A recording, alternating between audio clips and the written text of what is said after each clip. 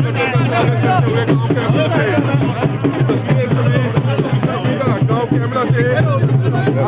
Minute, एक second. मुख्यमंत्री मनोहर लाल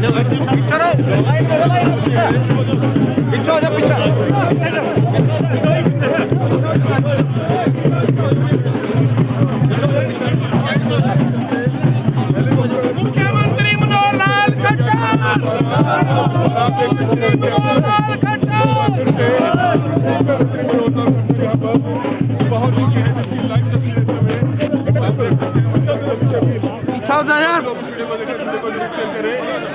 गाँव के तमाम लोग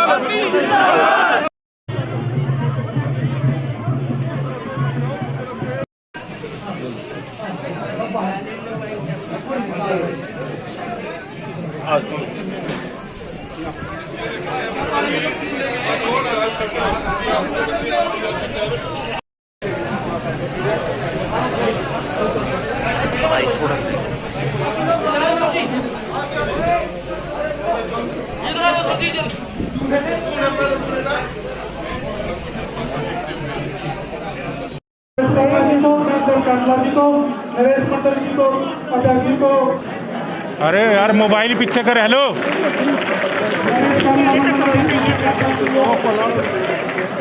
फोन बैठ करके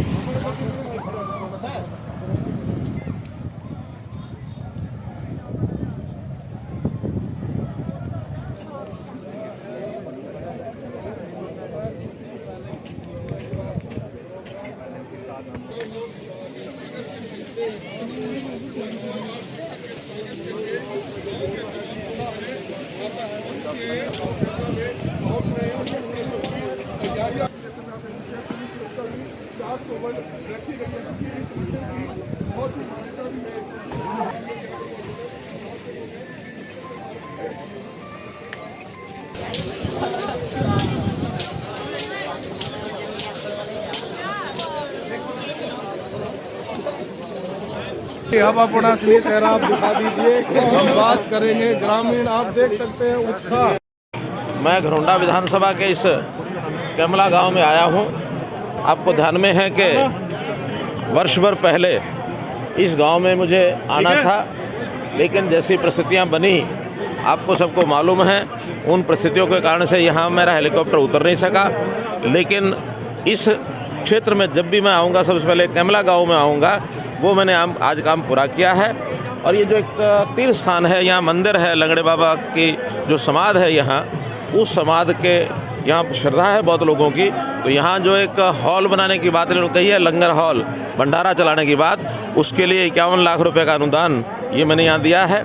और ऐसे ही गाँव की स्वच्छता के नाते से जो यहाँ के अंदर तालाब हैं, गाँव के अंदर हैं, उनका सौंदर्यीकरण, उसका पुनरुद्धार और एक गोबर गैस का बड़ा प्लांट जो आसपास के गाँव को मिला करके एक बड़ा गोबर गैस प्लांट लगाया जाएगा, ताकि गांव के लोगों की आमदन वो भी बढ़ सके और स्वच्छता सुंदरता भी बन सके। 75% चुनाव है, किस तरह से देखते हैं 5 राज्यों में जो चुनाव है, किस तरह से तैयारियां चल रही हैं?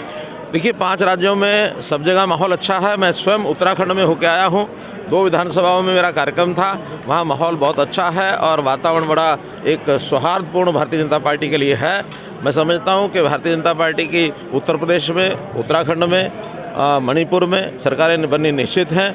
पंजाब में भी हम अपनी अच्छी उपस्थिति दर्ज कराएंगे और हो सकता है कि कुछ समविचार लोगों को साथ लेकर के हम वहाँ सरकार बनाने में भी कामयाब हो जाए। 75% का जो कानून आपकी सरकार ने बनाया था, जिसपे कहा था कि हाई कोर्ट ने रोक लगा दी है, दुष्यंत चौटाला का ट्वीट आया है कि हम लड़ाई लड़ेंगे। निश्चित रूप से आखिर हरियाणा के युवा के रोजगार के लिए हम लगातार प्रयत्नशील हैं।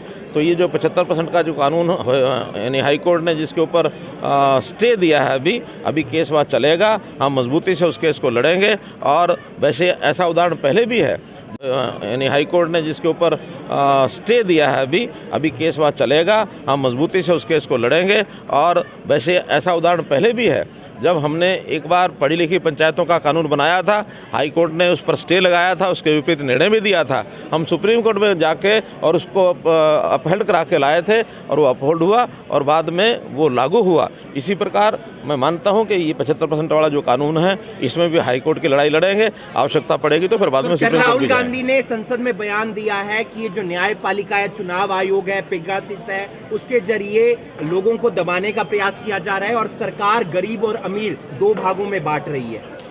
जिस प्रकार का अनुभव कांग्रेस के सरकार के समय आता था, वो सब बातें उनको याद आ रही हैं और वो अपने आप स्मरण कर यानी इन बातों का स्मरण करके याद करा रहे हैं कि कांग्रेस के समय क्या क्या होता था। उन्होंने देश में इमरजेंसी लगाई, उन्होंने देश में हर लोकतांत्रिक संस्था का गला घोटा, गरीब को गरीबी से ऊपर उठाया नहीं और हमेशा गरीब गरीब गरीब कहते रहे और गरीब कह करके गरीबी को ख़त्म नहीं किया।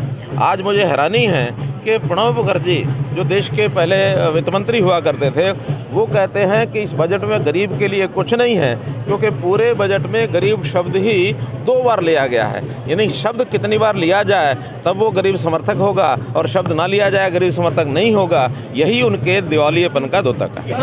पंजाब में चुनाव है, इस समय कांग्रेस की सरकार है, अभी तक उन्होंने सीएम कैंडिडेट अनाउंस नहीं किया है। क्या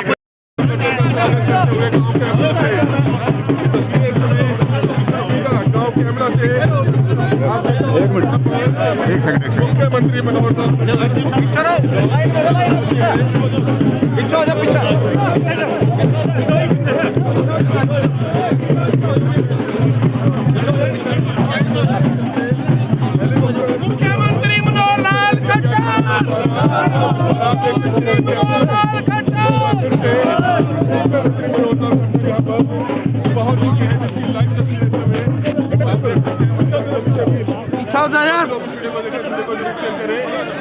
गाँव के तमाम लोग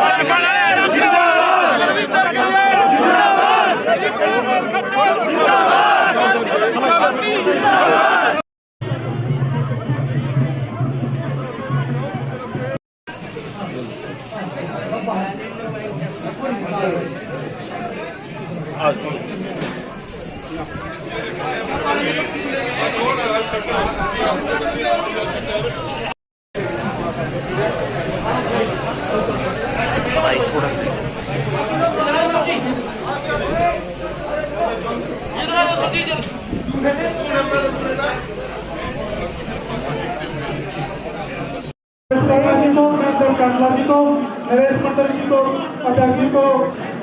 अरे यार मोबाइल पीछे कर। हेलो,